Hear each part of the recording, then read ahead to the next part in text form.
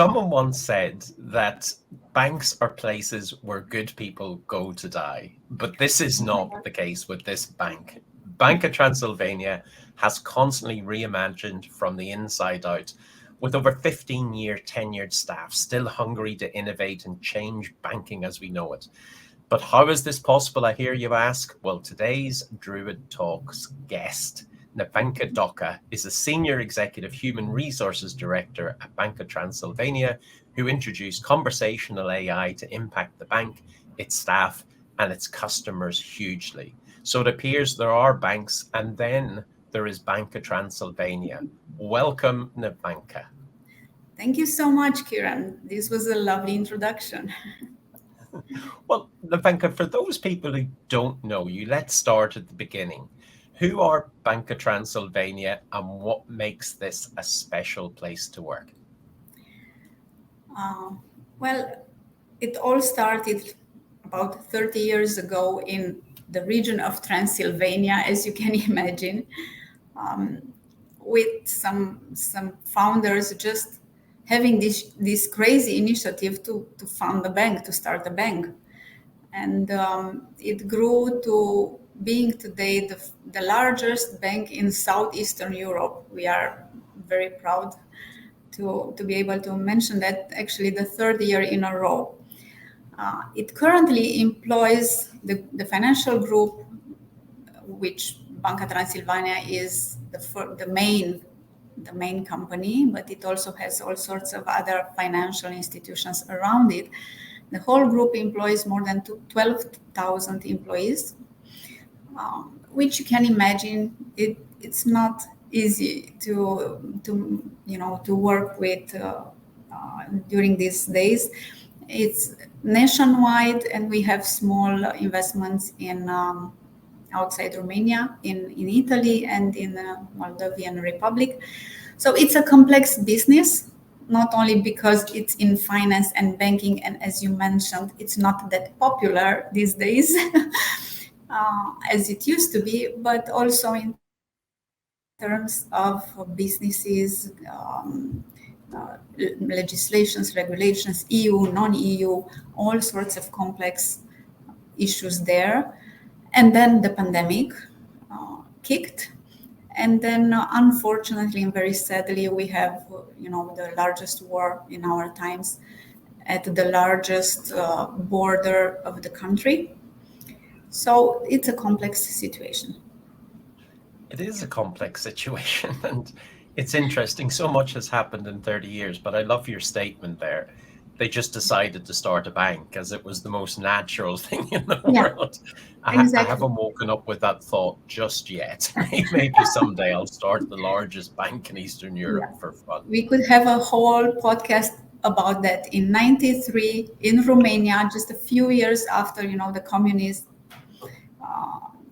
left this country, to have this initiative and, some friends saying, let's start our own bank.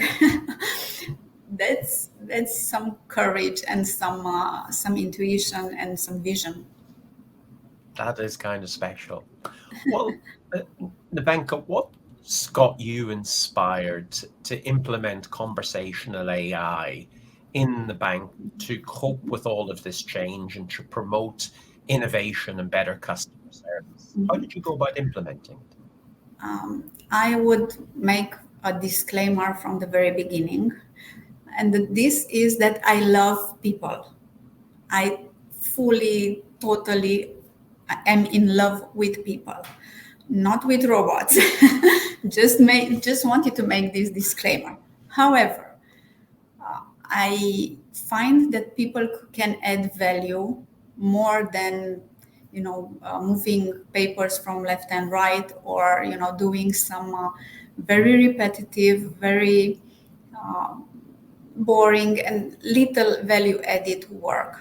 So that's the starting point in general. And specifically with this project, I remember I was in the office with my payroll and admin team on a specific payday, and I couldn't talk to them. The phones were ringing all the time. And at some point I was almost annoyed, and I asked, "What's happening? Why are those phones ringing that much?" And my colleagues were telling me that colleagues are calling to ask about the amounts that were credited to their accounts. I have, X amount less than last month. Why do I have that amount more than last month, or whatever questions they had? And then I asked them, and what do you do? How do you reply? How do you answer? Well, we check, we look in some tables, in Excel files and other databases, and then we answer. I said, I am sure that there must be another way to do that. Some kind of robot can check into those very similar tables and databases and answer them, or they can themselves find the answer if we give them access to those databases, controlled access. So that's how it started. And then I talked to the colleagues our colleagues in digital transformation. That was, by the way, that was happening in 2018. And I asked them, what robots, what tools, what can we do? This is the situation, what can we do? And very shortly afterwards, I remember in all details, in specific details, it was October 2018. They said, let's give a presentation to the management, and let's propose a proof of concept project for 3 months. Do you want to be part, HR, in this proof of concept? And I said, by all means, yes, let's do that.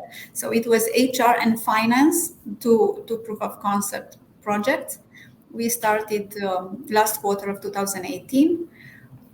We were completely amazed by the results. So in very early in 2019, we realized we don't have enough engineers that are knowledgeable with this technology, with RPA programming. We couldn't find any outside because there were not that many available. So we said, let's train them. Let's do some reskilling initiatives and see if some of our own people want to learn this. So we started our first, actually, it was another premiere. It was our first reskilling project. We announced that we are looking for people willing to learn the RPA programming technology.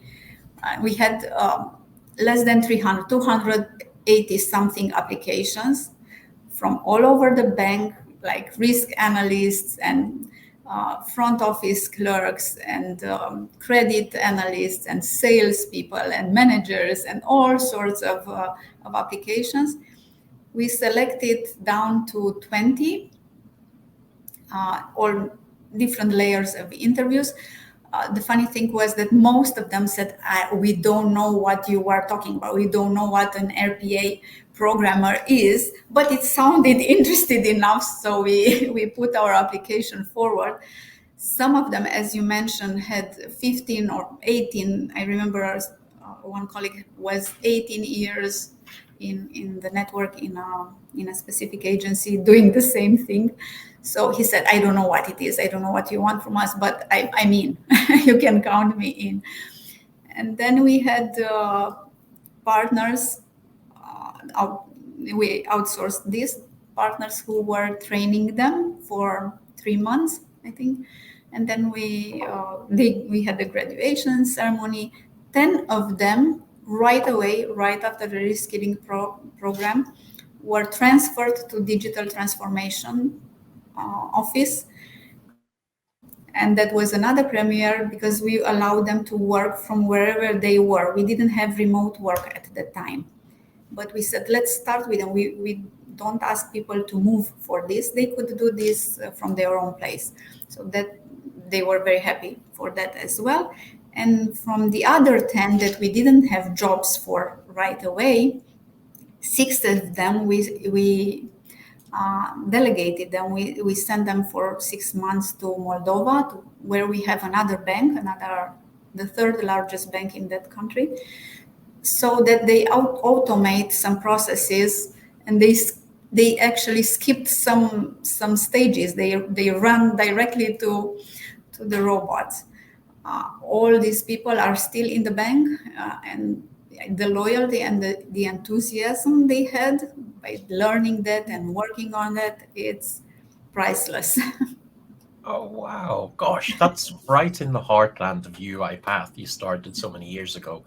And Yeah. it's quite funny there wasn't many people there. That's the extraordinary bit, because now there's so many people who know automation. But Mhm. Nevenka, how did you make it work? Not in terms of the developers, but how did you convince people in the bank to use conversational AI assistants as part of their daily tasks and roles? Um, it wasn't that difficult. We thought it would be difficult. We were not aware of how prepared people are to use this. So we ran a digital readiness survey. We developed it with a social, with a sorry, with a researcher in this field. We developed a survey asking them how familiar they are, what are they using, where do they get their news, where do they get their holiday tickets, all sorts of questions, just to see if they are using already or they are willing to use more technology.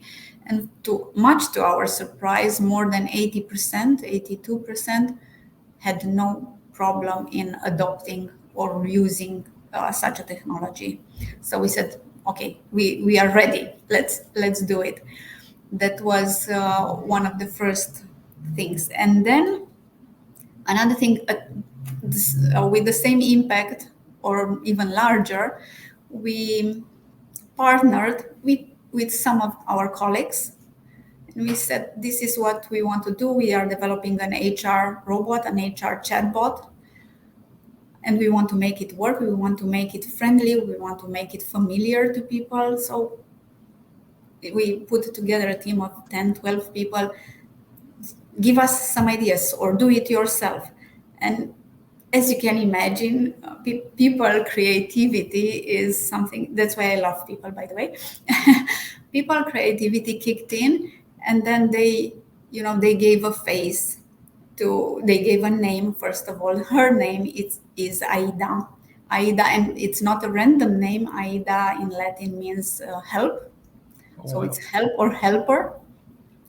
So they gave her a name, they gave her a face. Obviously, she's a fashionista.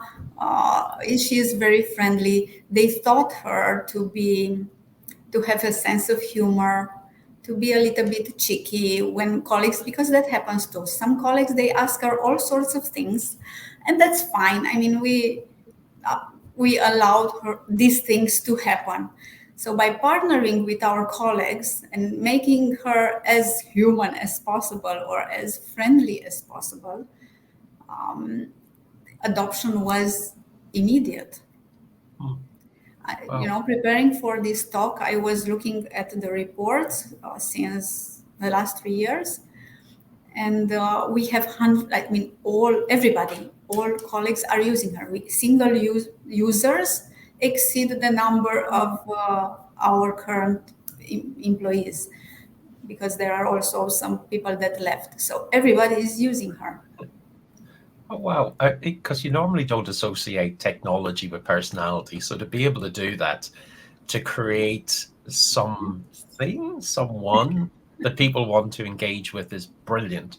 But what improvements have you noticed then? So they're using the robot or Ada or conversational agent, but how is it actually impacting your business in terms of your customer facing activities, your internal user experience, or your banking customers externally?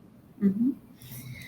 So first of all, my direct observation: on payday, phones are quiet in payroll and admin department. So first objective ticked. uh, because people can now very easily find out everything they want. They have access. They ask for the formulas, all the details for their pay calculations, computing. Um, that was the first. But then obviously, looking at the number of conversations she has. By the way, last year she had more than 4.4 million conversations in 1 year. And the beauty of it, if I can use this word in this context, in March 2020, when lockdown was implemented almost overnight, we had no problem in transferring documents, communication, information to our colleagues. We were open, obviously. The bank was functional, was operating in Romania at that time. You could travel, relocate or commute from one place to the other only if you had certain papers, certain specific reasons, as for instance was the one that you needed to go to work. Your employer requires you to go to work. So we distributed all these certificates, all these documents in an instant, and people used them. So all sorts of benefits we have there. I mean, for 4.4 billion conversations a year, imagine how many FTEs we saved only in HR. And now we have robots not only in HR, I mean, after finance and HR initial projects, we have them everywhere these days. In terms of external customers, we are now using them in call center, in our internet, web, or mobile phone applications. Everywhere people can just easily access, like, to see information that they want, a statement of account, the balance of their accounts, the next mortgage date, or whatever they need to do, not necessarily going through the app, but just quickly to the chatbot. They have an identification and just ask questions. It's a huge, huge help for all sorts of areas. Imagine risk in compliance, doing some checkings and reports, and it's incredible. Yeah. Well, I can imagine just what you mentioned earlier on, Nevenca, the conversation volume is fantastic, but people don't want to do some of those, dare I say, boring but necessary tasks. Therefore, if they can be offloaded, fantastic. And that's the bit I like. What someone once said, taking the robot out of the human, and I adore that phrase to this day. What would be your advice to organizations that want to use conversational AI in their organization? Mm-hmm. I would give them the same advice to do the same things that we are doing when we are launching an idea or testing an idea. First of all, get the people on board, get some people on board. And I'm here, by the way, we didn't say that, but I'm here for 20 years now. So I've been around for a while. And you started young, started really young. Don't worry. Thank you. And I have colleagues. We have colleagues that are willing, that I can count on. I call them early adopters. They are willing to test and to give you, the real feedback. It's not useful to have politically correct answers all the time. So I count that their feedback is objective and constructive. So that would be my first advice. Identify your early adopters that you can count on with the objective and friendly, constructive feedback. For improvement, not for destruction of an idea, and work with them. They have the perspective of the users, not of the one that had the idea and believes that he or she knows all the answers. So use these people. People are willing to jump in and to cooperate, to co-create. I'm fascinated by this tool, or by this concept, co-creation. It's so powerful, and we are not using it enough. And that would be my first advice. You identify some people and involve them into this idea. The second advice would be, if it's possible, and in this case, for instance, it was possible, create a story around the technology or the tool that you're in. Create a story that's appealing to people, that's friendly, that's a bit funny. it doesn't all need to be so serious and so boring. And then people will adopt it easier.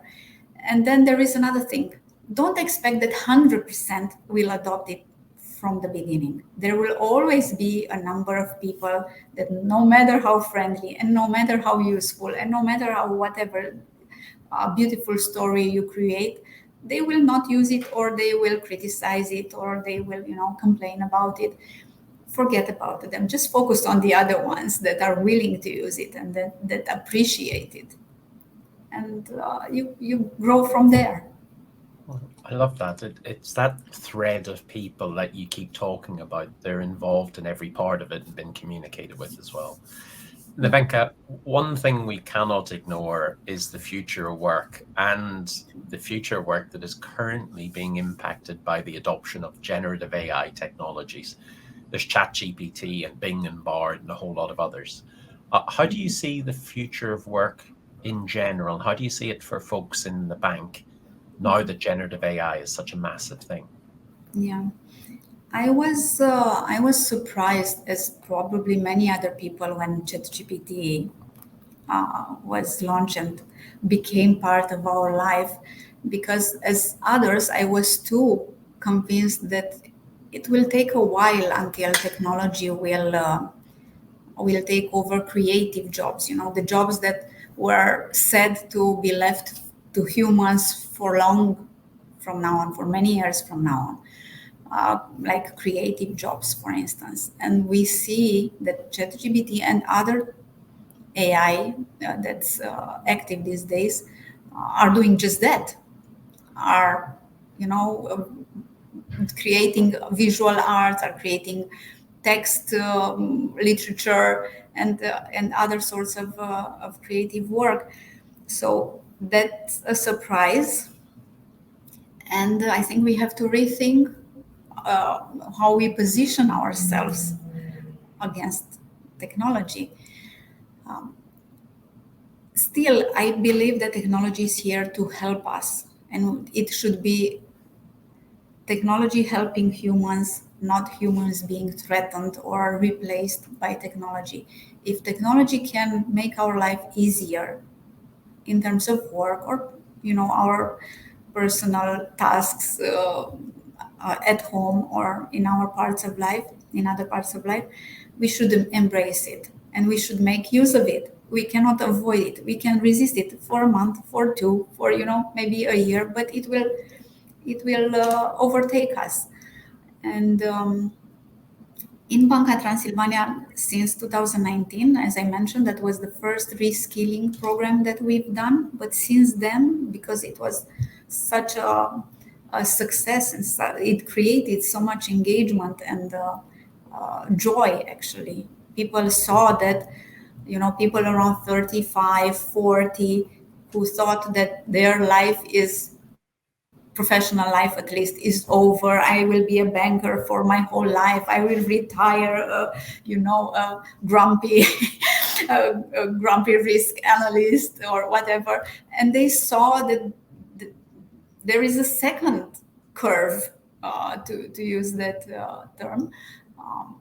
There is a chance that you learn something new, something that is in trend, something that is for the future, and the employer supports you to do that in every way, with time, with money, with resources, and it creates a lot of attachment and engagement. And for the future of work, this is at least the way that I'm thinking of it. Try to foresee as much as possible the next steps and try to prepare your people, at least some of them, for these small next steps by reskilling them. From what my experience is, that is the best investment. And most technologies today can be taught in very pretty limited periods of time, maybe not to an expert level, not to a senior level, but good enough so people can start working with it. In our experience is that someone who was in the bank, in a banking role for 15 years, and then learned the technology, immediately started producing value because the induction was unnecessary, it was not needed, and they had all the other knowledge that usually technology people don't have into that much depth about regulations, products, customers, and legislation, and other details. So it's a good investment. It pays off. And also retention afterwards, engagement afterwards is very high. So future of work for all of us, and this is what I'm telling, for instance, my daughter who is 18 and now graduating high school. And last year she had a period where she was totally agitated and stressed, and her language was, I'm anxious that I will make the right choice now, and all my life I will be a loser. I will make the right career, professional choice, and I will be unhappy all my life. And I told her, don't put such pressure on you. You will have the chance, or you will need to change every 10 years, you want it or not. At least every 10 years, if not more often, because things will change. Technologies will change. Life will change. Habits will change. So don't put that much pressure. Just make a choice that suits you now or sounds good now, and you will see in 5 years if you want to switch or not. So for the future of work is similar. We can foresee some of the future. Most of it we can't. Being ready for change, having this mindset that life is ever changing, life is not static, life is dynamic, and we have to learn what's needed. If ChatGPT is something that is needed to be more effective and more accurate, or more, I don't know, more quick in certain areas, why not use it? I like that. I like all that advice. I have an 18-year-old son. I'm going to tell him the same thing, except I'll not be as good or fluid as you describing it.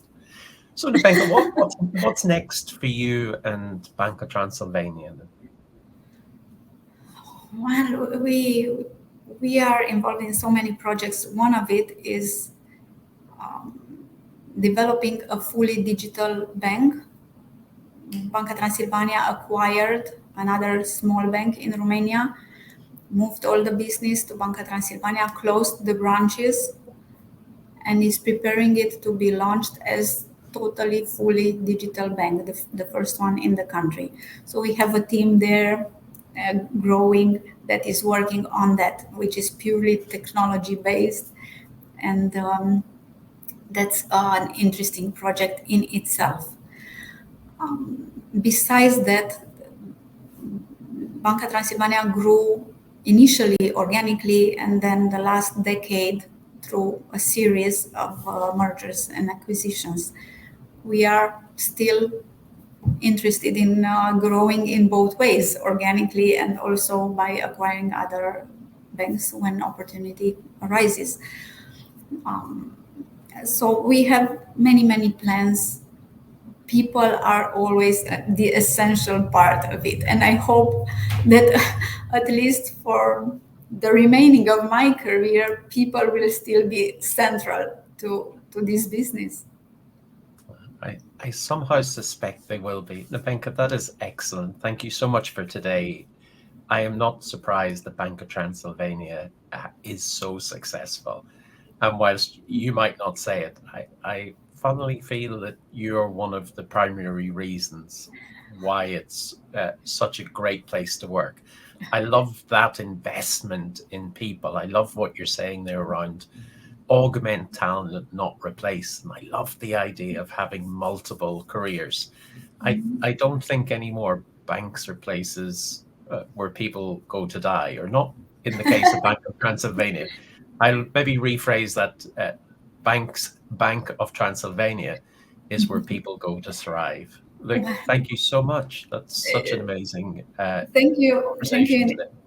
If you allow me to add two more things. One, a disclaimer, Sure. there are more of us, and it's not only me. There are more in the bank that love people, and yeah, it's a team effort in management and senior management and middle management and everywhere in the bank actually. The culture is very friendly and informal, and there are many. It's not just me. That was the disclaimer. Um, and the second thing is that the retirement, people go to banks to retire. Uh, Actually, in Banca Transilvania, some people are coming to retire because we have excellent benefits for people that retire from Banca Transilvania. So we have people that retire after a long career with the bank, but also people that are joining few years before retirement, and then they enjoy all the benefits. Well, where do I sign? That's the question. Just I'll have a year or two to go yet, but then I'll be knocking on your door in the future. Okay. Thank I'll you be so much indeed. waiting. Thank you.